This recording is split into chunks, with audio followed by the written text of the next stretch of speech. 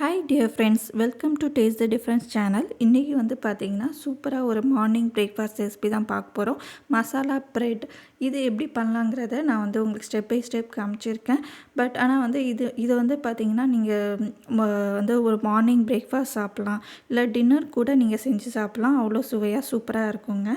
So நீங்கள் இன்னும் என் சேனலை சப்ஸ்கிரைப் பண்ணாமல் பார்க்குறீங்கன்னா ஒரு சப்ஸ்கிரிப்ஷன் கொடுத்துட்டு இந்த வீடியோவை பாருங்கள், அது எனக்கு யூஸ்ஃபுல்லாக இருக்கும். இப்போ வாங்க நம்ம ரெசிபிக்குள்ளே போகலாம்.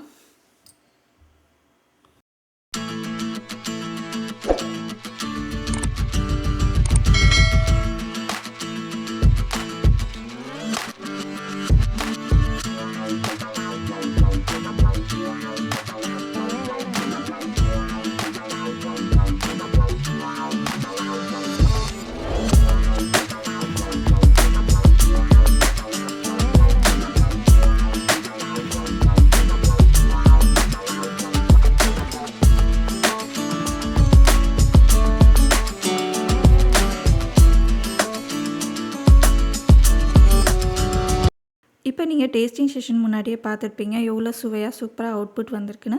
இப்போ வாங்க எப்படி பண்ணலாங்கிறத பார்க்கலாம். முதல்ல வந்து ஒரு தோசை தவா எதுவாக இருந்தாலும் பரவாயில்ல, நான்ஸ்டிக்காக இருந்தாலும் பரவாயில்ல, அதுலேயும் கூட செய்யலாம். ஆனால் வந்து நீங்கள் டோஸ்டர் வச்சுருந்தீங்கன்னா டோஸ்டரில் கூட நீங்கள் எண்ணெயோ நெய்யோ விடாமல் செஞ்சு எடுத்துக்கலாம். அது உங்கள் சாய்ஸ் தான். நான் வந்து பார்த்திங்கன்னா முதல்ல வந்து தோசைக்கல்லில் வந்து நல்லா எண்ணெயை வந்து க்ரீஸ் பண்ணி எடுத்துக்கிறேன். இந்த இது லைட்டாக க்ரீஸ் பண்ணிங்கன்னா தான் உங்களுக்கு வந்து சூப்பராக வந்து டோஸ்ட் வந்து கிடைக்கும்.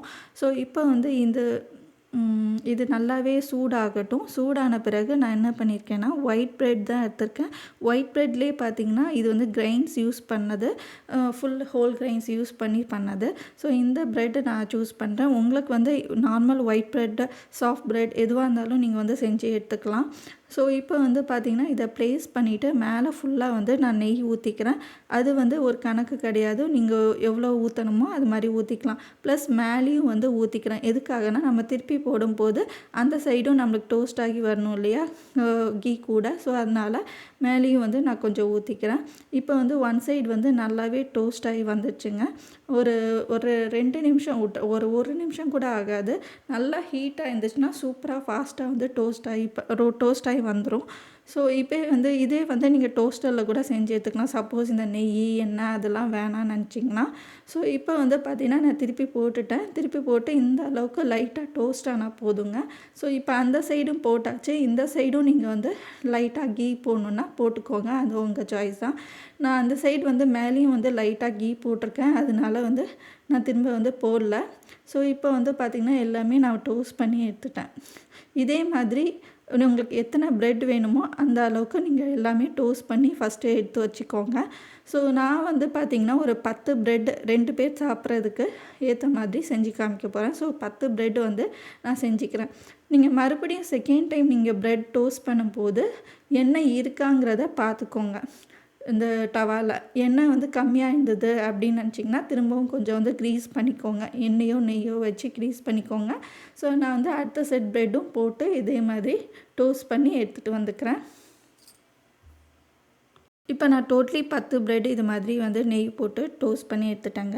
இப்போ எல்லா இன்க்ரீடியன்ஸும் பக்கத்தில் அரிஞ்சு கூட வச்சுட்டேன். இப்போ நம்ம வந்து ப்ரெட்டை வந்து சின்ன சின்ன ஸ்கொயர் பீஸாக கட் பண்ணிக்கணும். இது வந்து பார்த்திங்கன்னா அப்படியே நம்ம பிச்சு போட்டிங்கன்னா உங்களுக்கு வந்து அது வந்து நல்லா ஒரு ப்ராப்பராக பார்க்குறதுக்கும் நல்லா இருக்காது, சாப்பிட்றதுக்கும் வந்து ஒரு மாதிரி ரொம்ப சின்னதாக பிச்சிருவோம், ஒன்று பெருசாக பிச்சிருவோம். அது மாதிரி ஆகக்கூடாதுன்னா நான் என்ன பண்ணுறேன்னா சேர்த்து வச்சு இது மாதிரி ஸ்கொயராக கட் பண்ணி எடுத்துக்கிறேன்.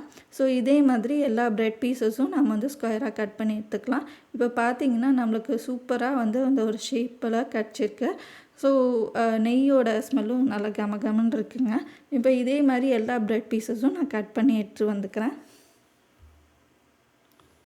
ஸோ இப்போ வந்து மசாலா ப்ரெட் வந்து பண்ணுறதுக்கு இது மாதிரி ஒரு வைடான பேன் வந்து எடுத்து வச்சுருக்கேன். அதே மாதிரி நம்மளோட 10 ப்ரெட் பீஸஸும் நான் வந்து ஸ்கொயராக வெட்டி வச்சாச்சு ரெடியாக. ஸோ இப்போ எல்லாமே நான் இன்க்ரீடியன்ஸும் வந்து வெட்டி வச்சுட்டேங்க. இப்போ நான் செய்ய உங்களுக்கு எவ்வளோ தேவைப்படும்ங்கிறதே எல்லாத்தையும் நான் சொல்கிறேன். இப்போ வந்து நான் ஆலிவ் ஆயில் தான் எடுத்திருக்கேன். ஆலிவ் ஆயில் பதிலாக நீங்கள் வேறு எண்ணெயும் கூட நீங்கள் போட்டுக்கலாம். இது வந்து பார்த்திங்கன்னா 1 டீஸ்பூன் ஆலிவ் ஆயில், 1.5 டீஸ்பூன் நெய் விட்டுக்கிறேன். கண்டிப்பாக இது ரெண்டும் சேர்த்து போட்டு பண்ணி பாருங்கள். அந்த மசாலா ப்ரெட் வந்து சுவையாக இருக்கும், வெறும் எண்ணெயில் மட்டும் செய்யாமல். ஸோ இப்போ வந்து பார்த்திங்கன்னா இந்த அளவுக்கு நெய்யும் எண்ணெயும் இருக்குது. ஸோ இது வந்து நல்லா சூடாகட்டும். சூடான பிறகு ஒரு மீடியம் சைஸ் வெங்காயம் பொடிசா நறுக்கி வச்சுருக்கேன். அதை வந்து நம்ம சேர்த்துக்கலாம். அது கூட பார்த்திங்கன்னா ஒரு அரை கேப்சிகம் வெட்டி வச்சுருக்கேன், ஒரு கேரட் துருவி வச்சுருக்கேன், ஒரு தக்காளி வெட்டி வச்சுருக்கேன், ஒரு பெரிய சைஸ் தக்காளி. ஸோ இப்போ வந்து பார்த்திங்கன்னா ஃபஸ்ட்டு நம்ம எண்ணெய் நல்லா சூடான பிறகு நான் வெங்காயமும் கேப்சிகமும் போட்டுக்கிறேங்க. 2யும் அட் எ டைம் சேர்த்து போட்டு வதக்கிக்கலாம். சப்போஸ் உங்களுக்கு கேப்சிகம் வந்து ஒத்துக்காது, இல்லை உங்களுக்கு வேணான்னு நினச்சிங்கன்னா நீங்கள் வந்து பச்சை மிளகா கூட பொடிசா நறுக்கி சேர்த்துக்கலாம். அது உங்கள் சாய்ஸ் தான். ஸோ இப்போ வந்து பார்த்திங்கன்னா இந்த 2யும் சேர்த்துட்டு நல்லா வந்து வதக்கி எடுத்து வந்துக்கலாம். ஒரு 2 நிமிஷம் வந்து நான் ஃப்ரை பண்ணி எடுத்த பிறகு நம்மளோட வெங்காயம் கேப்சிகமும் இந்த அளவுக்கு வந்து ஃப்ரை ஆகி வந்திருக்குங்க. ஸோ இப்போ வந்து பார்த்திங்கன்னா நம்ம அடுத்தது என்ன சேர்க்கணுன்னா இஞ்சி பூண்டு விழுது. இது வந்து பார்த்திங்கன்னா நான் ஆல்ரெடி அரைச்சி வச்சுருக்கேன். சப்போஸ் உங்கள்கிட்ட இஞ்சி பூண்டு விழுது வந்து நீங்கள் செஞ்சு வைக்கல, இல்லை நீங்கள் ஃப்ரெஷ்ஷாக பண்ணுறதுக்கு உங்கள்கிட்ட வந்து பண்ணுறதுக்கு உங்களுக்கு வந்து லேசியாக இருக்குது அப்படின்னு நினச்சிங்கன்னா இஞ்சியும் பூண்டும் ஒரு இன்ச்சு ஒரு 2, 3 பல்லு பூண்டும் சேர்த்து நீங்கள் வந்து நைஸாக சின்னதாக நறுக்கி கூட சேர்த்துக்கலாம். இது வந்து ஒரு ஆப்ஷனல் சாய்ஸாக தான் சொல்கிறேன். பட் இஞ்சி பூண்டாகவே சேர்த்திங்கன்னா இன்னும் வந்து டேஸ்ட் வந்து சூப்பராக இருக்கும். ஸோ இதுக்கு வந்து பார்த்திங்கன்னா 1.5 டீஸ்பூன் இஞ்சி பூண்டு பேஸ்ட்டு வந்து நான் சேர்த்துக்கிறேன். இதை சேர்த்துட்டு ஒரு நிமிஷம் வந்து நல்லா வந்து ஃப்ரை பண்ணி எடுத்துக்கலாம். ஒரே ஒரு நிமிஷம் ஃப்ரை பண்ணால் போதும். ஸோ அதுக்கப்புறம் வந்து பார்த்திங்கன்னா நம்ம வந்து தக்காளி சேர்க்கணும். தக்காளி சேர்த்துட்டு காயெல்லாம் சேர்க்கணும். ஒரு நிமிஷம் வந்து நல்லா வந்து ஃப்ரை பண்ணி எடுத்தாச்சுங்க இஞ்சி பூண்டு விழுது. ஸோ இப்போ வந்து நான் ஒரு பெரிய சைஸ் தக்காளி பொடிசா நறுக்கி வச்சுருக்கேன், அதை வந்து சேர்த்துக்க போகிறேன். சப்போஸ் இந்த தக்காளி வந்து உங்களுக்கு வந்து பழுத்த தக்காளியாக இல்லாமல் கொஞ்சம் அன்ரைப்படாக, அதாவது வந்து பழுக்காமல் கொஞ்சம் இருந்தது அப்படின்னு நினச்சிங்கன்னா அதுக்கு ஒரு சின்ன டிப் சொல்கிறேன். நீங்கள் தக்காளி சேர்த்த பிறகு நீங்கள் வந்து பார்த்திங்கன்னா ஒரு ஒரு 1/4 டீஸ்பூன் உப்பு சேர்த்தா போதும். ஸோ அதை சேர்த்துட்டு வதக்கிட்டு மூடி போட்டு குக் பண்ணிங்கன்னா சீக்கிரமே வந்து தக்காளி வந்து வதங்கி வந்துடும். அது வந்து பழுக்கலைனாலும் உங்களுக்கு வந்து வதங்கி வந்துடும். ஸோ இதே வந்து எனக்கு வந்து கொஞ்சம் பாதியாக பழுத்திருந்தது, பாதி அளவுக்கு பழுத்திருந்தது. பட் ஆனால் நானும் வந்து கொஞ்சமாக உப்பு போட்டு நல்லா வதக்கி விட்டுட்டுருக்கேன். வதக்கி விட்ட பிறகு ஒரு 2 நிமிஷம் வதக்கி விடுங்க. அதுக்கப்புறம் மூடி போட்டு ஒரு 2 நிமிஷம் அப்படியே விட்டுருங்க. அந்த தக்காளி வந்து நல்லா மசிஞ்சு வெந்து வந்துடும். இந்த டைமில் உங்களுக்கு மசாலாவோட குவான்டிட்டி ஜாஸ்தியாக வேணும் அப்படின்னு நினச்சிங்கன்னா இன்னொரு அரை தக்காளியும் சேர்த்து போட்டுக்கோங்க. நான் வந்து ஒரு பெரிய தக்காளி வெட்டி இது மாதிரி மசிகிறதுக்கு நான் மூடி போட்டு ஒரு 2 நிமிஷம் வந்து வேக விட்டு எடுத்துக்கிறேன். ஸோ இப்போ 2 நிமிஷம் ஆயிடுச்சு. நம்ம தக்காளி பார்த்திங்கன்னா நல்லா மசிஞ்சிச்சு பாருங்கள். பார்த்தாலே தெரியும் உங்களுக்கு நல்லா மசிஞ்சு வந்துடுச்சு. 2 நிமிஷத்துக்கு அதிகமாக வந்து மூடி போடாதீங்க, ஏன்னா வந்து அடி பிடிக்க ஆரம்பிச்சிடும். நம்மளுக்கு தக்காளி வந்து கரெக்டாக வேகிற அளவுக்கு தான் நம்ம வந்து மூடி போட்டு குக் பண்ணணும். ஸோ இப்போ வந்து நான் என்ன வந்து சேர்த்துக்க போகிறேன்னு பார்த்தீங்கன்னா ஒரு 1/4 டீஸ்பூன் மஞ்சத்தூள் வந்து சேர்த்துக்கலாம். மஞ்சத்தூள் சேர்த்துட்டு நம்ம வந்து மிக்ஸ் பண்ணி விடணும். மஞ்சத்தூள் மட்டும் நான் வந்து இப்போயே வந்து சேர்த்துக்கிறேங்க. அதுக்கப்புறம் வந்து நம்ம வந்து மற்ற இன்க்ரீடியன்ஸும் இருக்குது இல்லையா, அதையும் சேர்த்துட்டு தான் வந்து மசாலா பொடிகள் சேர்க்கணும். ஸோ இப்போ வந்து பார்த்திங்கன்னா நான் மஞ்சத்தூள் சேர்த்துட்டு ஒரு நிமிஷம் வந்து பரட்டி விட்டுக்கிறேன். பரட்டி விட்ட பிறகு நான் வந்து கேரட் கேரட் துருவி வச்சுருக்கேன். இது வந்து துருவி தான் சேர்க்கணும்னு இல்லை, உங்கள் சாய்ஸில் நீங்கள் வந்து வெட்டி கூட சின்னதாக பொடுசாக வெட்டி கூட நீங்கள் வந்து சேர்த்துக்கலாம். பட் என்னென்னா வந்து துருவி சேர்த்தோன்னா வந்து சீக்கிரம் வந்து வெந்து வந்துடும். ஸோ அதனால் நான் துருவி சேர்த்துக்கிறேன். இதுக்கு வந்து டோட்டலாக நான் வந்து கேப்சிகமும் கேரட் தான் எடுத்திருக்கேன். பட் வந்து பார்த்திங்கன்னா நீங்கள் உங்கள் சாய்ஸ் ஆஃப் வெஜிடபிள்ஸ் எது வேணாலும் போட்டுக்கலாம். கேரட் போடலாம், பீன்ஸ் போடலாம், பொட்டேட்டோ போடலாம், இல்லை காலிஃப்ளவர் கூட உங்களுக்கு ட்ரை பண்ணி பார்க்கணுன்னா பண்ணி பார்த்துக்கலாம். ஸோ இது வந்து உங்கள் சாய்ஸ் ஆஃப் வெஜிடபிள்ஸ் நீங்கள் என்ன ஆட் பண்ணுறீங்களோ பண்ணிக்கோங்க. நான் வந்து இன்றைக்கி கேரட்டும் கேப்சிகம் போட்டு தான் மசாலா பிரெட் பண்ணிக்கிறேன். ஜஸ்ட் ஒரு கேரட் தான் துருவி எடுத்திருக்கேன். இதையும் வந்து ஒரு 2 நிமிஷம் வதக்கி விட்டாலே நல்லா வெந்து வந்துடுங்க. இதுக்கு வந்து உப்பு சேர்க்கணுன்னு அவசியம் இல்லை. ஸோ இப்போ வந்து நம்ம வந்து அடுத்தது மசாலா பொருட்கள் எல்லாம் சேர்க்கணும். மசாலா பொருட்கள் சேர்க்கும்போது நான் வந்து ஃப்ளேம் வந்து லோவில் வச்சுக்கிறேங்க. லோவில் வச்சுட்டு நான் Kashmiri red chilli powder 1 teaspoon சேர்த்துக்கிறேன். நீங்கள் சாதா ரெட் சில்லி பவுடர் இருந்தால் அரை டீஸ்பூன் மட்டும் சேர்த்துக்கோங்க. ஸோ அதுக்கப்புறம் வந்து பார்த்திங்கன்னா, ஏன்னா வந்து ப்ரெட்டு வந்து ரொம்ப வந்து காரம் வந்து பிடிச்சிடும் கொஞ்சம் போட்டாலே. ஸோ அதனால் அதுக்கேற்ற மாதிரி சேர்த்துக்கோங்க. அதுக்கப்புறம் 1.5 டீஸ்பூன் வந்து மல்லித்தூள் சேர்த்துக்கிறேன். மல்லித்தூள் சேர்த்த பிறகு நான் வந்து கரம் மசாலா சேர்க்குறேன். கரம் மசாலா ஒரு 3/4 டீஸ்பூன் அளவுக்கு நான் வந்து சேர்த்துக்க போகிறேன். சப்போஸ் உங்களுக்கு இந்த கரம் மசாலா சேர்க்க பிடிக்கல அப்படின்னு நினச்சிங்கன்னா ரெட் சில்லி பவுடரே வந்து இன்னொரு 1/2 டீஸ்பூன் எக்ஸ்ட்ரா போட்டுக்கோங்க.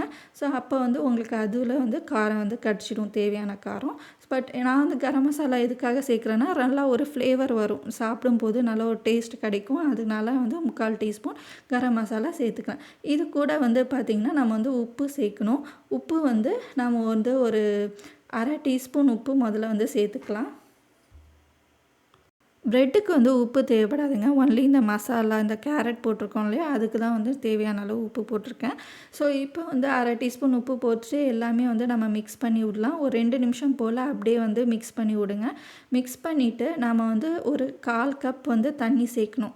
எதுக்காக நான் வந்து தண்ணி சேர்க்கணும்னு சொல்கிறேன்னு பார்த்தீங்கன்னா, அந்த ப்ரெட்டில் வந்து பார்த்திங்கன்னா இது வந்து ட்ரை ஆகிடும் இல்லையா, இந்த மசாலா சேர்த்த பிறகு உங்களுக்கு அப்படியே ப்ரெட்டு போட்டிங்கன்னா உங்களுக்கு வந்து ப்ரெட்டில் வந்து சரியாக வந்து பிடிக்காது. ஸோ அதுக்காகவே நம்ம ஒரு 1/4 கப்பு வந்து தண்ணி சேர்க்கணும். தண்ணி சேர்த்துட்டு நம்ம வந்து நல்லா வந்து மிக்ஸ் பண்ணி விடலாம்.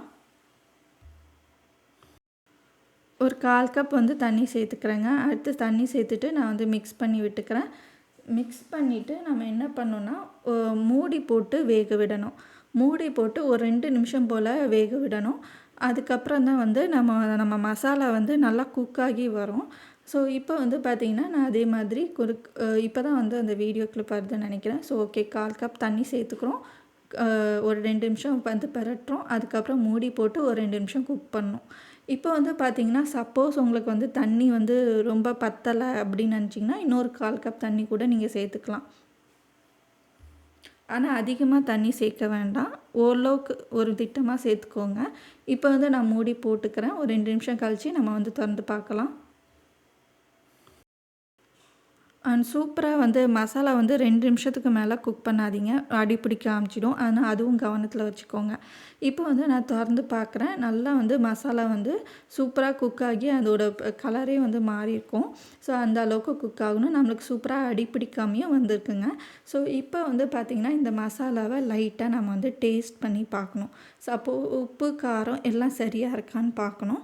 சப்போஸ் எனக்கு வந்து பார்த்திங்கன்னா உப்பு வந்து கொஞ்சம் கம்மியாக இருந்தது. அதனால ஒரு 1/4 டீஸ்பூன் உப்பு எக்ஸ்ட்ராவாக சேர்த்துக்கலாம். டோட்டலாக 3/4 டீஸ்பூன் உப்பு போட்டிருக்கோம். ஸோ இப்போ வந்து பார்த்திங்கன்னா 1/4 டீஸ்பூன் போட்டுட்டு நான் திரும்பவும் மிக்ஸ் பண்ணி சாப்பிட்டு பார்த்தேங்க. சூப்பராக இருந்துச்சு. மசாலா டேஸ்ட்டு பக்காவாக வந்து மசாலாவும் வெந்து சூப்பராக இருந்துச்சு. ஸோ இப்போ வந்து பார்த்திங்கன்னா நம்ம அடுத்த இது ஸ்டெப் வந்து நம்மளோட ப்ரெட் பீசஸ் சேர்க்க வேண்டியதான். இந்த ரெசிபி பார்த்தீங்கன்னா ப்ரெட்டு மட்டும் இல்லைங்க, இதே மாதிரி மசாலா செஞ்சு இட்லி கூட நீங்கள் சேர்த்து பண்ணலாம். இட்லி கூட லைட்டாக ஃப்ரை பண்ணிவிட்டு நீங்கள் வந்து சேர்த்து போட்டு பண்ணலாம். அது மசாலா இட்லி மாதிரி அது ஒரு தனி பிரேக்ஃபாஸ்ட் மாதிரி வரும். ரொம்ப ரொம்ப சுவையாக இருக்கும். எப்போதும் இட்லி உப்புமா அது மாதிரி சாப்பிட்றது பதிலாக இது மாதிரி மசாலா இட்லியும் செஞ்சு சாப்பிட்லாம். அந்த மசாலா இட்லிக்கெலாம் வந்து பார்த்திங்கன்னா உங்களுக்கு வந்து சைட் டிஷ் எதுவுமே தேவைப்படாது.